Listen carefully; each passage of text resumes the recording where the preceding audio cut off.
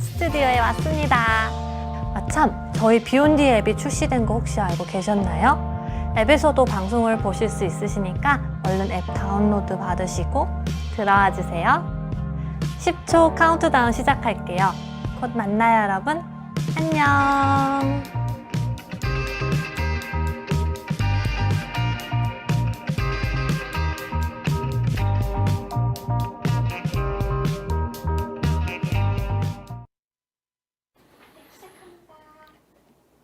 네, 안녕하십니까. 의학 채널 비욘디. 네, 화요일마다 찾아오는 명순권 교수의 의학수다. 오늘 24번째입니다. 오래 했나요? 벌써 6개월째가 됐나요? 6개월이 지났네요. 자, 오늘 그 주제는요, 코로나19 백신 및 치료 재개발 어디까지 왔나? 이 주제로 이야기를 하겠습니다. 예, 근데 제가 준비하다 보니까 제가 따로 이렇게 슬라이드를 준비한 건 아니고요. 보니까 또 어제 또 백신 소식이 또 들려와서 오늘은 아마 백신을 중심으로 해서 이야기를 해야 될 것 같습니다. 그리고 치료제 관련한 거는 뭐 다양한 게 있는데 그걸 간단하게 언급드리고요. 제가 또 그 코로나19 치료제와 관련한 약물요법, 그동안 나왔던 올해 들어서 개발되고 발표된 논문들 관련해서 그 코로나19 치료제 종류와 그다음에 효능들에 대한 임상시험 결과를 종합하는 메타 분석을 진행 중에 있거든요. 그 내용 어느 정도 정리가 되면 다음 주 정도나 그 다음 주 정도에 대략적으로 좀 말씀을 드리도록 하겠습니다. 자, 오늘은 제목 코로나19 백신 개발 어디까지 왔나입니다. 여기 보시면 이게 이제 코로나19 바이러스죠. 코로나 바이러스, 사스 코로나 바이러스 2. 그리고 여기 보시면 왼쪽이 파이자, 유명한 미국 제약 회사죠. 그리고 여기가 모더나 회사에서도 백신을 지금 냈죠. 그래서 지금 현재 이 두 군데 회사의 백신이 지난주부터 시작해서 어제까지 한 일주일 동안 굉장히 큰 이슈가 되고 있습니다. 그래서 그 내용을 한번 좀 말씀을 드리도록 하겠습니다. 그러면 지금 현재 개발되고 있는 코로나19 백신의 개발 기전이 어떻게 되느냐, 그거에 대해서 말씀드릴 텐데, 이거 왜 안 열리죠? 이렇게 하면 됐구나. 시간이 조금 걸리는 것 같습니다. 네, 지금 들어오신 분들, 딸기공님, 금분신님, 최선님, 최랭커님, 고구마님, 싱하영님, 네, 모두 다 반갑습니다. 자, 요게 지금, 요거 어디에서 나온 기사였냐면, 기존에 나온 기사를 어디에서 좀 번역을 한 그런 포스트가 있더라고요. 2020년 8월 달에 정리된 건데, 이건 뭐 간략하게 얘기를 하면 여기서 지금 코로나19 백신 과연 그 기전이 어떻게 되냐, 요약을 조금 잘 해놓은 것 같아요. 그래서 이거를 간단하게 설명을 드릴게요. 여기 보시면 이거 크기가 작네. 이거 크게 이제 세 가지 방법이 있다는 것이죠. 코로나19. 일단 코로나19 바이러스에 대한 그 백신에 대한 개념을 알려면 코로나19가 바이러스가 어떻게 우리 몸에서 복제가 되면서 병을 일으키는지.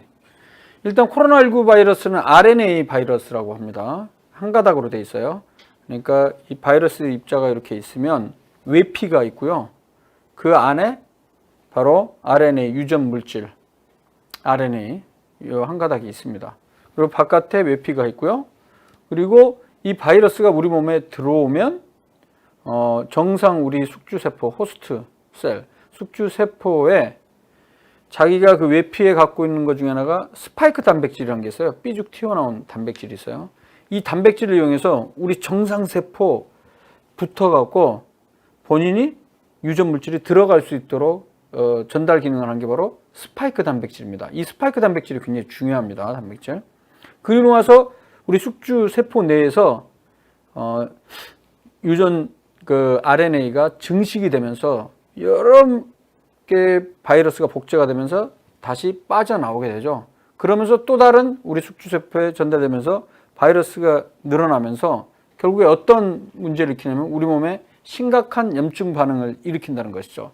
그래서 우리가 그것뿐만이 아니고 이제 열도 나게 하고, 그래서 이 코로나 바이러스에 걸리게 되면 뭐 열이 날 수도 있고, 그 다음에 목이나 그 코 혹은 이런 데 염증이 생기니까 또 인후통도 생길 수 있고, 그런 증상뿐만이 아니고 결국에 더 중요한 거는 일반적인 감기 바이러스는 그렇지 않은데 우리가 독감 바이러스 인플루엔자 같은 경우는 감기랑 비슷한 증상 보이다가도 문제는 나중에 이 바이러스가 폐에도 심각한 염증을 일으키면서 폐렴, 인플루엔자 폐렴을 발생시킬 수 있죠.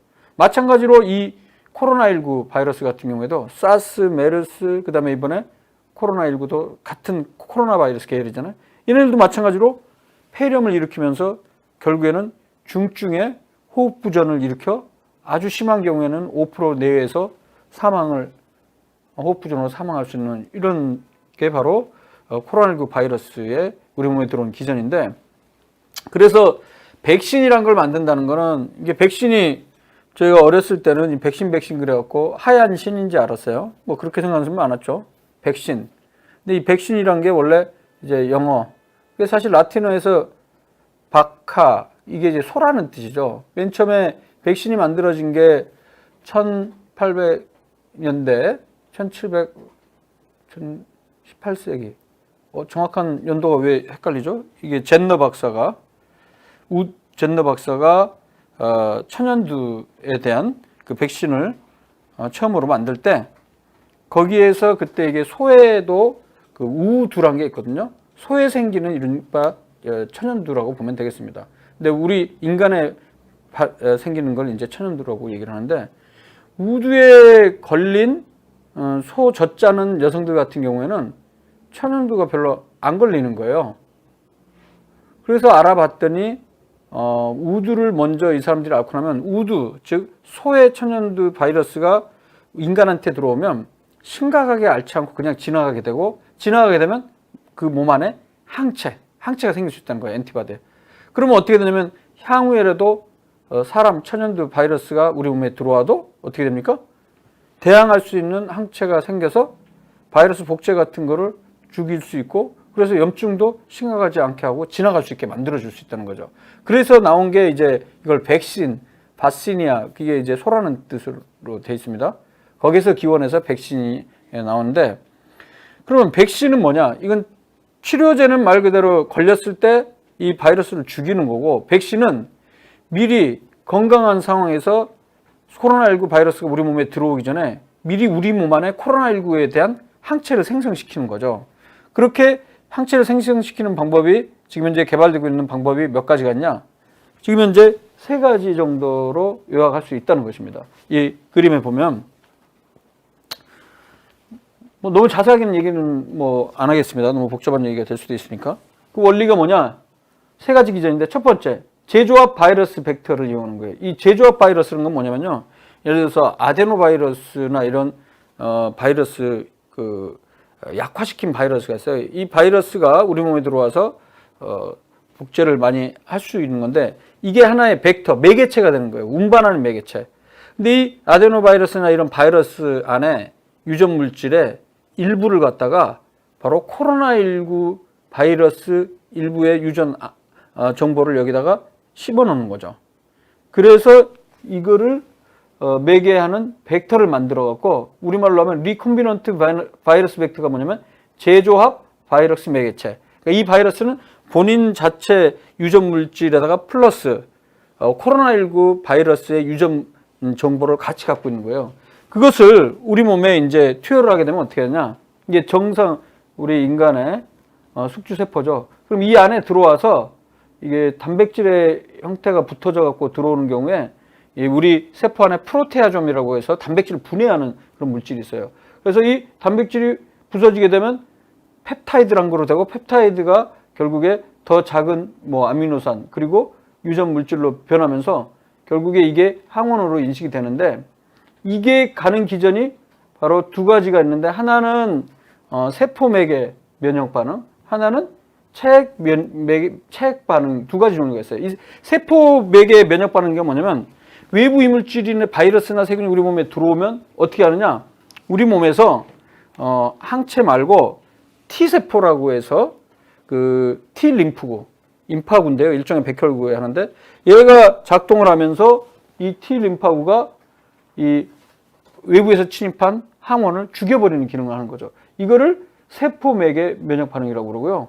또 하나가 뭐냐면 체액 면역 반응이라는 게 있는데 이게 바로 우리가 알고 있는 항체 생성입니다. 그래서 첫 번째 기전은 재조합 바이러스 벡터를 이용해서 우리 몸에 항체를 생기게 하고 혹은 세포맥의 반응을 통해서 향후에 바이러스가 들어왔을 때 죽일 수 있는 이런 능력을 몸 안에 만드는 거고요. 두 번째는 DNA 백신이라는 게 있어요. 여기 DNA를 이용해서 마찬가지 방법으로 우리 몸 안에 이 체액 면역 반응을 만들어내는 거고, 또 마지막 세 번째가 뭐냐면 바로 지금 이슈가 되고 있는 게 이 mRNA 백신입니다. mRNA라는 건 뭐냐면 메신저 RNA라고 해서 그 전령 RNA라고 합니다. 그러니까 DNA 유전 정보를 전달해 주는 그 RNA를 mRNA라고 하는데요. 이 mRNA라는 거는 결국에 뭐에 대한 mRNA냐면 아까 제가 얘기했죠. 코로나19 바이러스의 외피에 존재하는 스파이크 단백질, 이것을 생성할 수 있는 정보를 갖고 있는 mRNA입니다. 그럼 이 mRNA가 지질 같은 걸로 외부로 쌓여져 있는데 이게 우리 몸 안에 또 들어오면 요건 또 두 번째 체액 면역 반응에 관계를 해서 우리 몸에 항체를 생성시키게 만드는 거죠. 그러니까 결론적으로 지금 현재 이슈가 되고 있는 확대, 이게 좀 더 커졌으면 좋겠는데 잠깐만, 더 커지나요? 이건 더 안 커지는데? 아이고, 없어져 버렸네. 그래서 결론적으로, 아이고 잠깐 죄송합니다.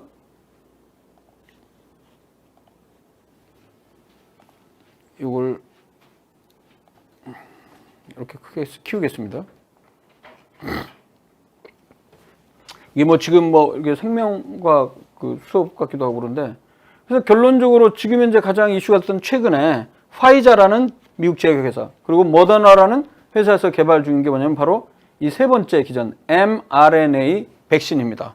그러니까 코로나19 바이러스의 유전 정보를, 특히 코로나19 바이러스의 외피 단백질, 그거에 대한 유전 정보를 갖고 있는 물질로 만들어서 우리 몸 안에서 스파이크 단백질에 대한 항체를 우리 몸에 생성시킴으로써, 그래서 이 백신을 맞게 되면 나중에 혹시 또 바이러스가 들어온다 하더라도 우리 몸 안에는 코로나19에 대한 항체가 생성되어 있기 때문에 빨리 작동을 해갖고 바이러스 복제하는 것들을 막을 수 있고 염증 앓고 심하게 폐렴 가는 거를 다 막을 수 있다는 것이죠. 그래서 이제 대표적인 회사가 바로 뭐냐면 첫 번째 지난주 11월 7일로 되어 있습니다. 11월 7일에 이 화이자라는 회사에서 백신이 나왔다는 거예요. 개발했다고. 요 간단한 내용은 뭐냐면 이 미국의 화이자는 그 미국 뉴욕에 본사를 두고 있는 독일계 그 미국인, 이 사람의 그 패밀리 네임이 파이자거든요. PFIZ야. 파이자. 이 사람, 근데 이 화이자가 굉장히 유명한 제약회사인 게, 우리 의사들은 굉장히 많은 약을 이 미국의 화이자에서 만든 약을 많이 써요. 대표적으로 초기에 옛날에 고혈압약 치료제로 노바스크란 약이 있었거든요. 노바스크란 약을 그 상품명이 노바스크인데 이 약 정말 많이 사용했었죠, 옛날에. 지금도 좀 사용하고 있죠. 이 약을 개발한 회사고, 그 다음에 발기부전 치료제, 제일 대표적인 게 뭐가 있죠? 바이에그라 있죠? 실데나필 상품명. 그걸 또 개발하는 회사고, 그리고 우울증 치료제 중에 졸로푸트란 그런 항우울제도 항우울제를 만든 회사기도 하고 아주 대단한 회사입니다. 근데 이 회사에서 코로나19 백신을 만드는 사업까지 끼어들어서 가장 최근에 일주일 전에 발표한 게 뭐냐, 3상 중간 분석을 발표해서 이슈가 됐어요. 자, 여기서 3상이 뭐냐, 여기 자주 들어오신 분들은 이제 잘 이해하실 거예요. 임상시험 제가 여러 번 얘기를 해서 6개월 동안. 자, 일단 어떤 약이 개발되려면 어떻게 됩니까? 후보 물질이 있으면 5,000개에서 10,000개 중에서 실제 실험 연구, 즉 세포나 혹은 분자 혹은 미생물을 대상으로 하는 완전한 생명체가 아닌 것들을 대상으로 해서 하는 게 바로 시험관 혹은 세포 배제에서 하는 연구를 실험실 연구라고 하죠. 이 실험실 연구에 들어가는 게 5,000개, 10,000개 후보 물질 중에 약 250개 정도가 들어갑니다. 가능성 있는 게. 그리고 나서 실험실 연구를 통해서 여러 건의 실험실 연구, 수십, 수백 건이 될 수도 있어요. 그렇게 몇 년에 걸쳐서 전 세계로 발표가 되면 또 그 다음 단계로 윗단계, 근거 수준이 높은 윗단계로 쥐 같은 동물을 대상으로 한 동물 연구에 들어갑니다. 애니멀 스터디. 그래서 동물을 대상으로 해서 실험 연구를 하죠. 그래서 이제 지금 이 코로나19 백신 같으면 이런 mRNA 백신을 이용해서 그 안에서 얼마나 항체가 잘 만들어진지 이런 연구를 하겠죠. 그래서 동물 실험에서도 효과가 있다고 치면 그 다음에 인간을 대상으로 한 임상시험에 비로소 들어갈 수 있는데, 여기서 임상시험에서 임상이란 말이 클리니컬, 이게 사람을 대상으로 한다는 뜻이에요. 그 자체로. 그러니까 임상시험 그러면 사람을 대상으로 한 시험이다. 근데 여기에 살아남는 게 250개 중에서 9개, 10개 정도만 살아남습니다. 10개 이내로. 그럼 이 9개 종류의 후보 물질들이 임상시험에 들어갔는데, 임상시험도 1단계, 2단계, 3단계. 그래서 1상 임상시험, 2상 임상시험, 3상 임상시험으로 되거든요. 1상 임상시험에서는 주로 한 수십 명, 약 30명 내외 건강인을 대상으로 해서 약의 용량을 개인별로 100, 200, 300 이렇게 점차적으로 용량을 올렸을 때 어느 용량 수준에서까지 부작용이 안 나타나나, 그리고 어느 용량 이상에서 부작용이 나타나나, 즉 그 약의 허용 용량, 그것을 결정하는 게 바로 일상 임상시험입니다. 그리고 나서 이 일상시험에서 나온 결과를 활용을 해서 최대로 내성 용량을 활용해서 바로 이상 임상시험을 비로소 들었는데, 이상 임상시험에서는 보통 기백명 단위입니다. 100명, 200명, 300명, 많게는 1000명 내외까지도. 그래서 두 그룹으로 나눠서 어떻게 합니까? 자, 일반적으로 무작위 비교 임상시험을 합니다. 비교 임상시험을 하는 이유는 뭐냐? 양리학적 효능이 없어도 어떤 질병, 특히 이런 감염성 질환은 시간 지나면서 저절로 좋아지는 경우가 있을 수 있다는 거죠. 그거를 self-limiting disease, self-limited disease. 그러니까 시간 지나도 그냥 저절로 자기 스스로 좋아지는 거다. 그럴 수도 있고, 또 하나는 위약 효과, 플러시보 이펙트. 그러니까 가짜약 효과라는 거죠. 가짜약을 줘도 10명 중에 한두 명 정도에서는 또 효과를 볼 수가 있거든요. 그래서 혹은 그 다음에 또 다른 모르는 이유로도 좋아질 수가 있는데, 그래서 비교를 해보는 거죠. 100명의 환자를 모집해서 반, 50명에게는 가짜약, 위약을 주고요. 양약적 효과가 없는 가짜약, 주로 이제 탄수화물로 만든 거고, 그 다음에 한쪽 그룹에게는 바로 신약, 이번에 뭐 만든 코로나19 mRNA 백신 같은 걸 투여를 하겠죠. 그리고 나서 그 두 그룹 사이에서 효능을 확인하는 거죠. 근데 이렇게 확인했다고 바로 또 승인되지 않고 대개의 경우는 3상 임상시험까지 갑니다. 3상은 2상보다는 훨씬 더 많은 수의 사람들, 대개는 수천 명 혹은 이번처럼 수만 명을 대상으로 해서 또 반반 나눠갖고 하는 거죠. 근데 참고로 이 백신 같은 경우는 좀 다른 게 뭐냐면, 질병이 있는 환자를 대상으로 하는 게 아니잖아요. 그럼 어떻게 효능을 평가하느냐? 뭐 90% 효능이 있다. 혹은 이번에 나온 거 94.5% 모더나에서 만든 건 그렇게 나온다는데, 그럼 어떻게 평가를 하느냐? 일단 이렇게 하는 거죠. 지금 현재 여기 나와 있는 대로 파이자 같은 경우에는 일주일 전에 발표됐죠. 3상 중간 분석에서 총 임상시험, 3상 임상시험에 참여한 사람이 43,500명입니다. 약 44,000명 가까이 되는데 두 그룹은 나눈 거예요. 그래서 2,000명 정도는 정상인이에요. 22,000명에게는 이 mRNA 백신을 투여를 합니다. 그리고 나머지 한 22,000명에게는 어떻게 합니까? 가짜약, 플러시보를 투여를 합니다. 그리고 수개월 동안 관찰을 하는 거예요, 그냥. 그리고 나서 이 2만 명 중에 코로나19 환자가 몇 명 발생했겠죠. 그리고 가짜약을 투여받은 플러시보 그룹에서도 코로나19 환자가 발생을 했겠죠. 그 비율을 보는 거죠. 그랬더니 어떻게 나왔다는 거냐? 바로 파이자에서 개발한 mRNA 백신 같은 경우는 총 몇 명이었습니까? 요겁니다. 근데 이제 투여하는 거는 파이자 같은 경우는 1차 접종하고 나서 한 3주 있다가 또 2차 접종을 하게 됐어요. 2번 맞는 겁니다. 두 번 맞는데 어떻게 됐냐? 실험 대상자 중 총 44,000명 중에 94명이 코로나19에 걸렸어요. 몇 달에 걸쳐서 보니까 94명 기억하세요? 근데 이 94명 중에 8명은 이 mRNA 백신을 맞은 사람들이었고 나머지 몇 명입니까? 86명 여기는 플라시보를 맞은 사람이었어요. 그래서 이 비율을 보면 8대 86이니까 대략적으로 90% 정도 덜 걸린 거죠. 그러니까 전체가 94명 중에 8명이 대략 뭐 10% 정도라고 볼 수가 있겠습니다. 그래서 비율을 하면 뭐 상대 위험도라고 하는데 이 상대 위험도가 0.1로 나온 거예요. 0.1. 그래서 보통 효능을 평가할 때는 1 마이너스 상대 위험도 0.1을 한 다음에 100%라니까 90%가 지금 나온 거거든요. 그럼 이게 어느 정도 효과 있는 거였냐? 그러니까 일주 전에 파이저에서 mRNA 백신 효과가 90%라고 그랬는데 그러면 우리가 익숙한 인플루엔자 독감은 어떠냐? 독감 백신 연구 결과는 뭐 연구마다 다 다른데요. 적게는 40%에서 많게는 60% 그리고 또 어떤 개별 연구에서는 70% 이상도 나온 게 있어요. 그래서 우리가 독감 백신을 맞게 되면 예방 효과 대략 60% 내외다 이렇게 알고 계시면 되거든요. 그리고 뭐 여기 보면 대상포진 같은 경우에도 70% 정도 효과 있는 거로 봤을 때 이 연구 하나만으로 봤을 때는 90%의 효과니까 에피커시 효능이 있으니까 상당히 효과가 좋다라고 볼 수가 있었죠.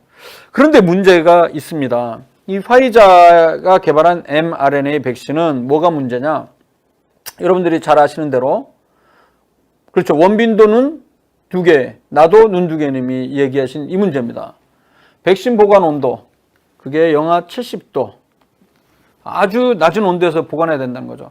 보통 북극 뭐 온도가 영하 50도 내외라고 그러죠. 근데 그보다 더 낮은 영하 70도에서 보관이 돼야 됩니다. 만약에 영하 70도보다 높은 상태에서 오랫동안 보관이 되면 어떻게 되냐? 그럼 변성을 일으키거나 효능이 없어진다는 얘기죠. 그래서 이 부분이 좀 문제가 제기가 되고 있는 거예요. 70도.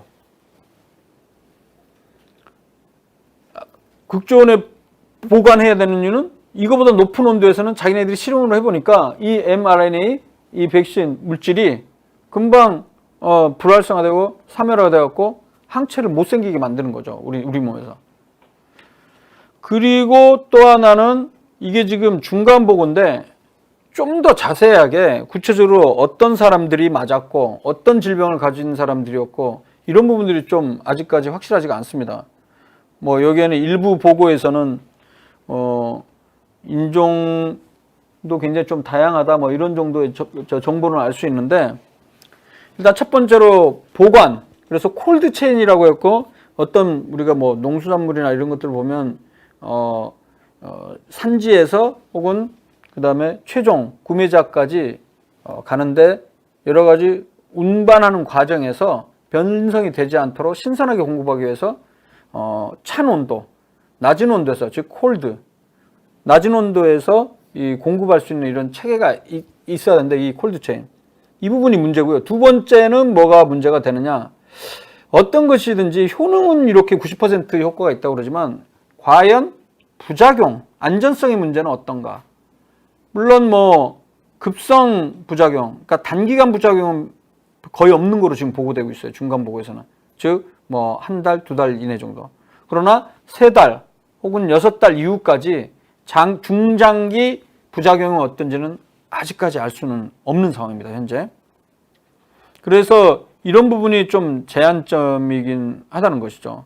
그리고 또 하나는 뭐냐면 90% 효과가 있다고 그랬는데 이 효과 자체가 사실 2, 3개월 그 경과 관찰한 거거든요.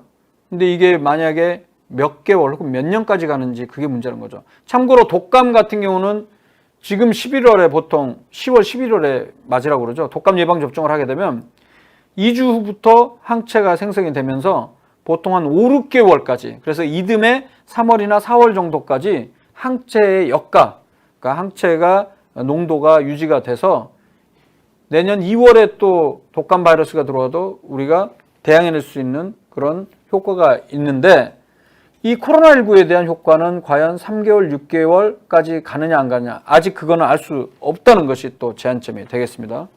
그래서 여기 보면 영하 70도 보관하는 문제, 초저온 냉장고, 그리고 또 뭐 아프리카나 이런 나라로까지 유통이 되려면 이것도 쉽지가 않다는 거죠.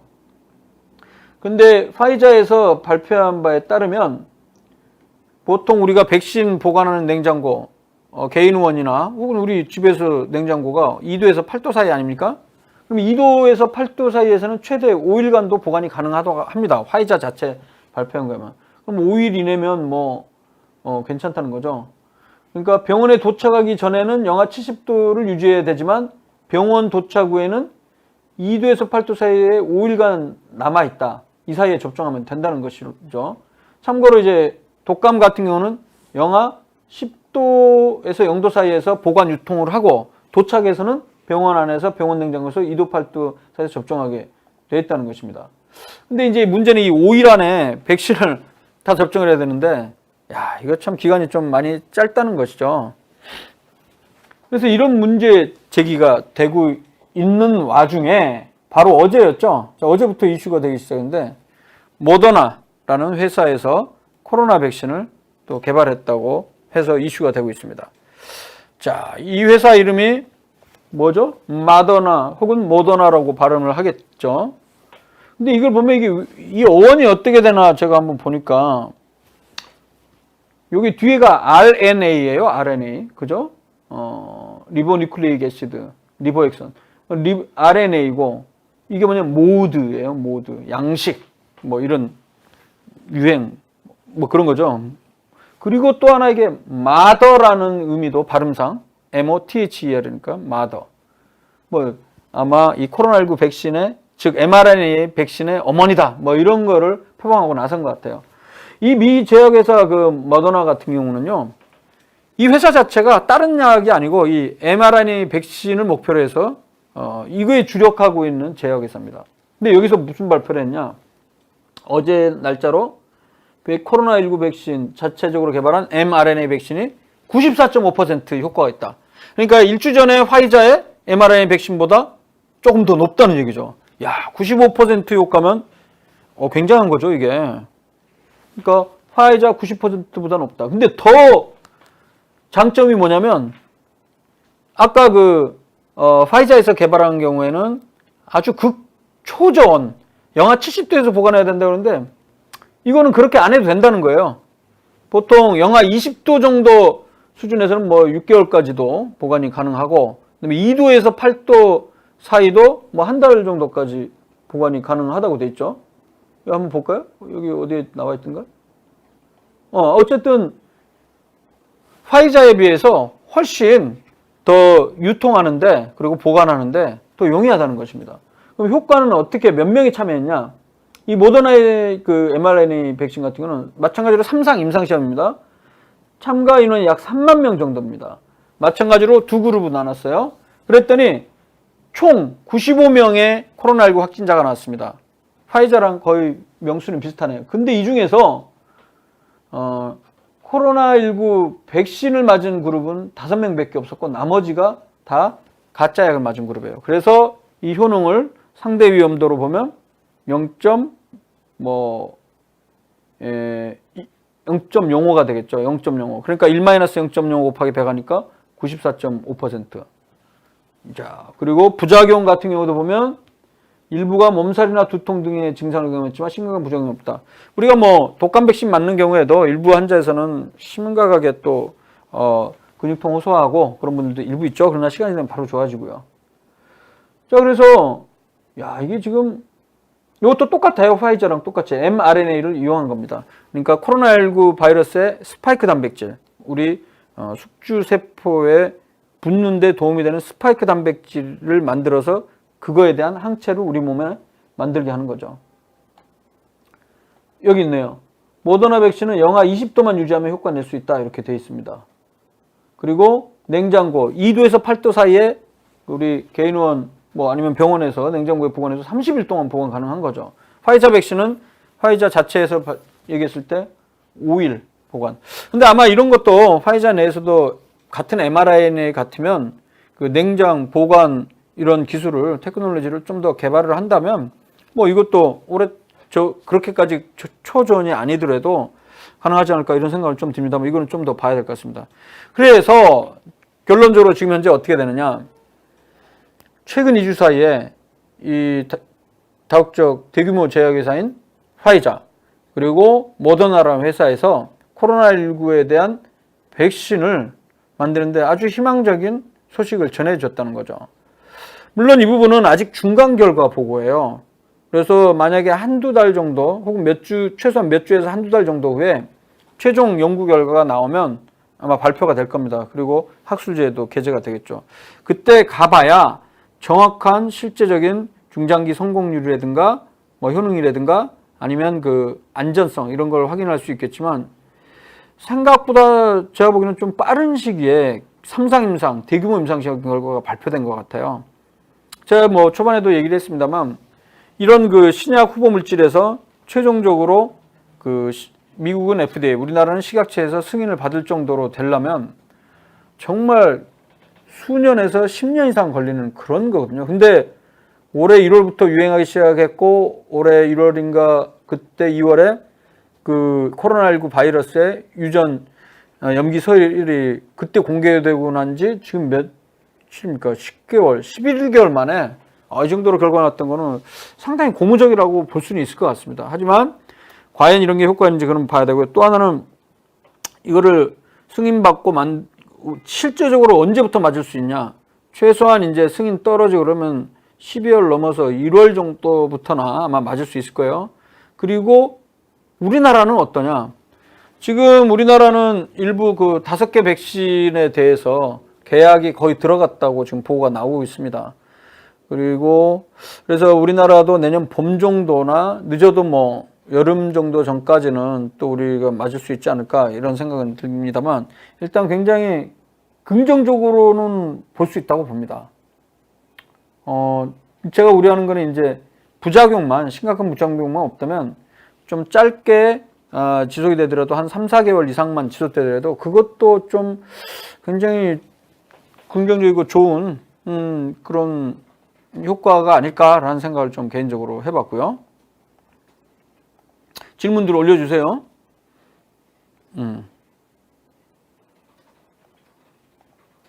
예, 지금 딸기80님이 자, 요즘 발열 없어도 기침 증상 있어도 코로나 검사한다는데 그러면 감기 비염 증상 있으면 병원에 못 가나요? 선별진료소 가야 하나요? 궁금해요.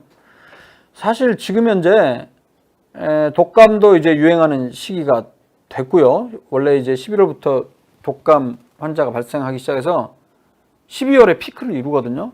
그래서 이제 이번 달 말이나 다음 달 초에 정말 많이 발생할 가능성이 있고 코로나19도 잘 아시는 대로 최근에 200명대 넘어가면서 결국에 이번 주 목요일부터 1단계에서 1.5단계로 사회적 거리두기를 격상하기로 했죠. 그래서 좀 걱정이 됩니다. 이런 시기에 열은 없는데 기침 증상만 있다.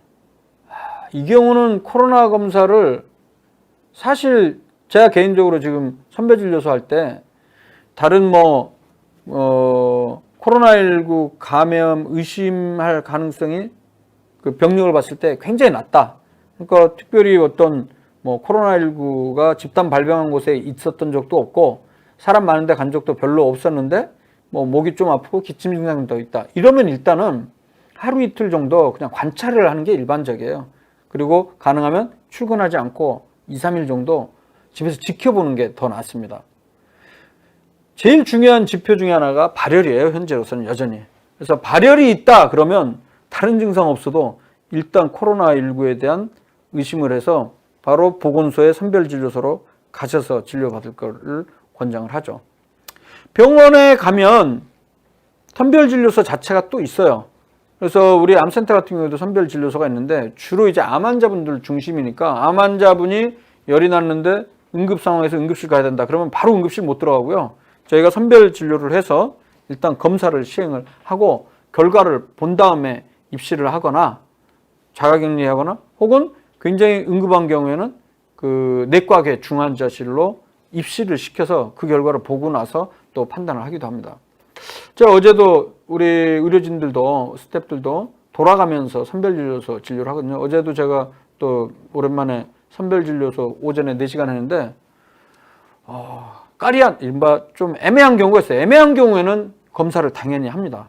열이 없더라도 기침 가래에 심한데 이게 좀 다른 뭐 특별한 게 없다 그러면 열이 안 나도 하기도 하는데 사실 그 부분이 케이스 바이 케이스라서 참 어려운 부분이 있습니다. 근데 기본적으로 열이 나게 되면 적극적으로 검사를 하고 있는 상황이죠. 네, 박강현님, 주요 선진국 입도 선매에서 물량 확보. 우리나라도 보니까 최근 오늘까지 나온 제가 뉴스를 봤는데 방역본부에서 협상을 계속 하고 있다고 합니다. 그래서 지금 현재 후보들 중에서 5개 백신에 대해서 이미 몇 천만 명, 3천만 명 분인가? 그거를 지금 협상 중에 있고 거의 계약을 하고 있는 거로 제가 알고 있어요. 뭐 잘 돼가고 있는지는 이제 제가 관계자가 아니까 잘 모르겠지만은 긍정적으로 이야기를 하고 있는 것으로 알고 있습니다. 엔젤 해피님, 코로나 잠복기 며칠 정도 된 거예요? 이건 뭐 약간씩 다르지만 대개 4 내지 5일 정도로 보고 있죠. 그러니까 의심 환자 접촉하고 나서 바로 증상이 생기는 게 아니고 4 내지 5일 정도 지나면 증상이 발생하기 시작하죠. 그걸 이제 잠복기라고 보통 얘기를 합니다. 네, 박강현님. 네, 잘 되고 있다고 저도 듣고는 있습니다. 그래서 기사도 어제부터 계속 나오고 있고요. 맨 처음에 초반에 화이자에서 그 연구 결과 나왔을 때 우리나라는 안 하고 있다 해서 비판 기사가 있었는데 지금 뭐 최근에는 정부 쪽에서 그런 부분에 대해서 좀 해명을 하고 현재 협상 잘 진행되고 있다라고 지금 얘기하고 있어요. 그럼 어떻게 되는지는 정확히 저 같으면 이런 경우에는 바로바로 국민들을 안심시키기 위해서 더 구체적인 정보를 좀 빨리 알려 줬으면 좋겠습니다. 금분신님, 9시 38분 128명. 많이 들어오셨네요. 한번 기록 한번 세워보죠, 뭐. 근데 오늘 할 얘기는 지금 제가 준비한 게 여기까지라고. 그러면 참고로, 그러면 어떤 약들이 그러면 FDA에서 지금 승인이 되었나? 예, 지금 현재까지 코로나19 치료제로 승인된 거는 한 5종류로 제가 알고 있습니다. 가장 대표적인 게 여러분들이 잘 아시는 렘데시비어라는 약이죠. 렘데시비르라고 해서 이게 이제 RNA 복제를 억제하는 약이죠. 원래 렘데시비르는 에볼라 바이러스 치료하기 위해서 개발됐었는데 결국에는 효능이 좀 입증이 되지 않아서 실패한 약이긴 하지만 다른 바이러스들에 대해서 치료를 하고 있고 그리고 승인이 돼서 지금 현재 사용되고 있고 또 하나 대표적인 건 잘 아시는 바로 뭡니까? 항말라리아제인 클로로킨 그리고 하이드록시 클로로킨이라는 약이고요. 그다음에 이제 세 번째가 에이즈, HIV 바이러스 치료제, 휴먼 이뮤노 디피션시 바이러스 그러니까 후천성 면역 결핍증 바이러스 치료제로 개발된 2가지 약제죠. 리토나빌이랑 그다음에 항상 이름이 헷갈려요. 아무튼 2가지 약제로 합쳐진 약이 있습니다. 그 약이 있고요. 그리고 또 항체 그게 타피나빌인가요? 뭐 그런 약들이 있고요. 그래서 총 최근 몇 개월 전까지가 한 5가지였는데 말씀드리고자 하는 건 뭐냐면 지금 백신, 즉 mRNA 백신 이런 건 아직 이번에 발표만 됐지 승인은 아직 안 받았는데 제가 봤을 때는 중간 결과 보고랑 그다음에 좀 몇 주 후에 최종 결과 나오고 별 부작용이 없으면 바로 승인이 되지 않을까 싶습니다. 우리나라는 치료약으로 뭘 쓰시나요? 네, 지금 방금 제가 얘기했던 승인된 약들을 쓰고 있죠. 그리고 또 하나 추가하는 게 스테로이드 제제가 좀 더 회복 기간을 조금 더 단축시키고 증상을 완화하는 데 도움이 된다는 임상시험도 나오기 시작했기 때문에 스테로이드도 씁니다. 스테로이드. 덱사메타존이라는 스테로이드 쓰고 있습니다. 그래서 우리나라 치료약 코로나19 뭐 경한 환자들이야 특별한 약을 쓰지는 않지만은 입원해서 호흡부전 있고 그런 분들은 증상 치료도 하면서 대표적으로 이러한 렘데시비어나 뭐 항말라리아 약제나 그다음에 스테로이드제 이런 것들을 복합적으로 조합해서 쓰고 있는 상태입니다.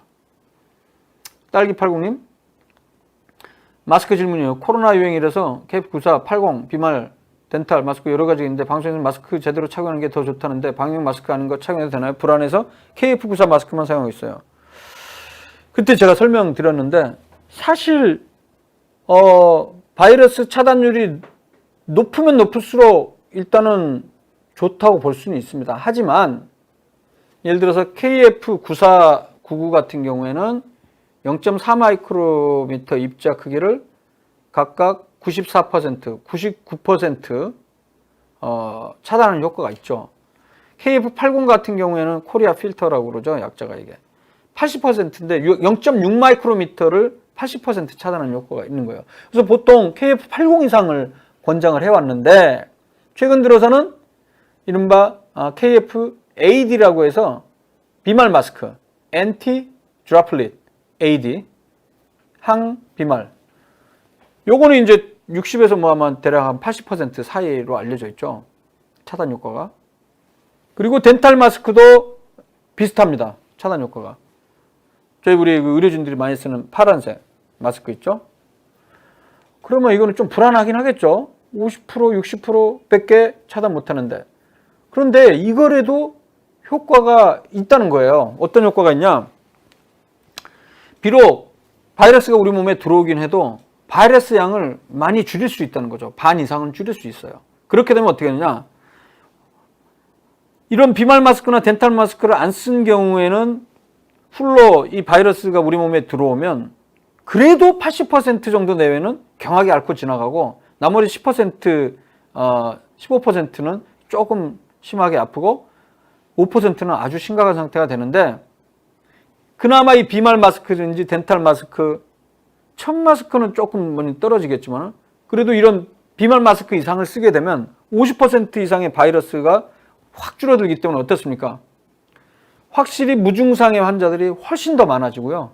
특히 중환 환자들, 사망에 이르게 하는 환자들 숫자도 확 떨어뜨릴 수 있다는 것이 바로 마스크의 효과라는 것입니다. 그래서 이 마스크는 한마디로 이 마스크 자체가 백신이란 얘기예요. 백신. 지금 현재 이 mRNA 백신 파이자나 모더나에서 지금 발표했지만 이게 나오기 이전까지라도 백신의 역할을 어느 정도 충분히 할 수 있는 게 마스크니까요. 저는 최소한 비말 마스크 이상, 덴탈 마스크 이렇게 쓰는 거 괜찮다고 생각합니다. 저는 그렇게 불안해할 필요는 없다고 개인적으로 생각합니다. 방울이님이 불안하다고 그랬는데 엔젤레피님 확진자가 되면 검사받고 음성으로 나왔는데 자가격리하는 시기 해야 하나요? 며칠 정도 해야 될까요? 그러니까 확진자 되면은 바로 하면 또 안 나올 수도 있거든요. 그래서 뭐 원론적으로 원칙적으로는 14일이 해야 되죠. 자, 이 부분은 음성으로 나왔다. 이렇게 하면 되죠. 음성으로 나왔고 한 3, 4일 이상 한 4, 5일 지나서 잠복기 지났을 때 그 정도까지 3, 4일까지 4, 5일 정도까지만은 최소한 자가격리하는 거는 도움이 될 것 같아요. 왜냐하면 그 안에 증상이 나오는지 안 나오는지 지켜볼 수가 있잖아요. 그런데 증상이 안 나온다. 그러면 뭐 내가 감염이 됐을 가능성은 좀 낮기 때문에 이제 일반적인 생활을 해도 되지 않을까 그런 생각이 듭니다. 무증상 감염자요. 그러니까 우리가 바이러스가 우리 몸에 들어오면 모두가 증상을 일으키지는 않아요. 많게는 예를 들어서 100명의 환자가 감염이 된다. 그러면 그 중에 몇 명이 증상이 발현이 되느냐. 이거는 연구마다 굉장히 다른데 많게는 80, 90%까지도 나오고 적게는 3, 40% 이상에서 무증상 감염자가 이렇게 돼요. 실제 스위스에서 그러니까 무증상 감염자는 대략 지금 추정하는 건 3, 40%에서 5, 60%로 될 거예요. 근데 왜 80%까지 얘기가 나오냐면요. 8, 90%까지, 80%까지. 스위스 연구 결과를 보면 환자 한 명 확진될 때마다 일반 인구 집단 어떤 특정 지역에 항체 검사를 해봤어요. 코로나19에 대한 항체 유무를. 그랬더니 한 11.6명이 항체를 갖고 있어요. 그러니까 코로나19 확진 한 명당 감염자가 11.6명이에요. 근데 이 11.6명은 증상이 아예 없거나 혹은 아주 경미한 증상 때문에 병원에도 안 가고 확진을 받을 생각도 안 한 거죠. 그래서 무증상 감염이라는 게 분명히 존재하고 최소한 뭐 5배, 10배에서 많게는 20, 30배 이상, 그러니까 지금 현재 확진자 수의 최소한 5배에서 10배, 그리고 많게는 20, 30배 이상 이미 감염이 돼 있을 거다라고 추정하는 연구들도 나오기 시작했죠.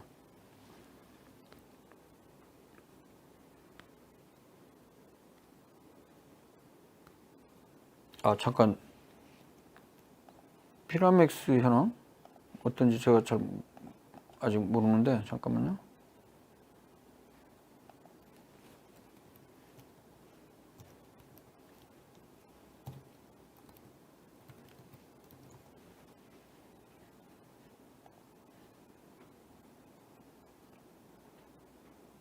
말라리아? 이게 성분이 피라맥스인가요?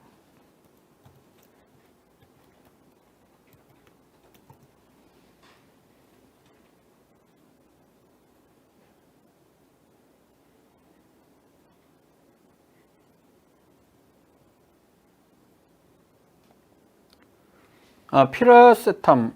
이것도 항말라리아 약자인데, 가만히 있어봐. 요거는 제가 잘 모릅니다. 솔직히 이거를 안 해봤는데. 일단은 FDA approved COVID-19 drug. 이렇게 뭐 한번 쳐보죠.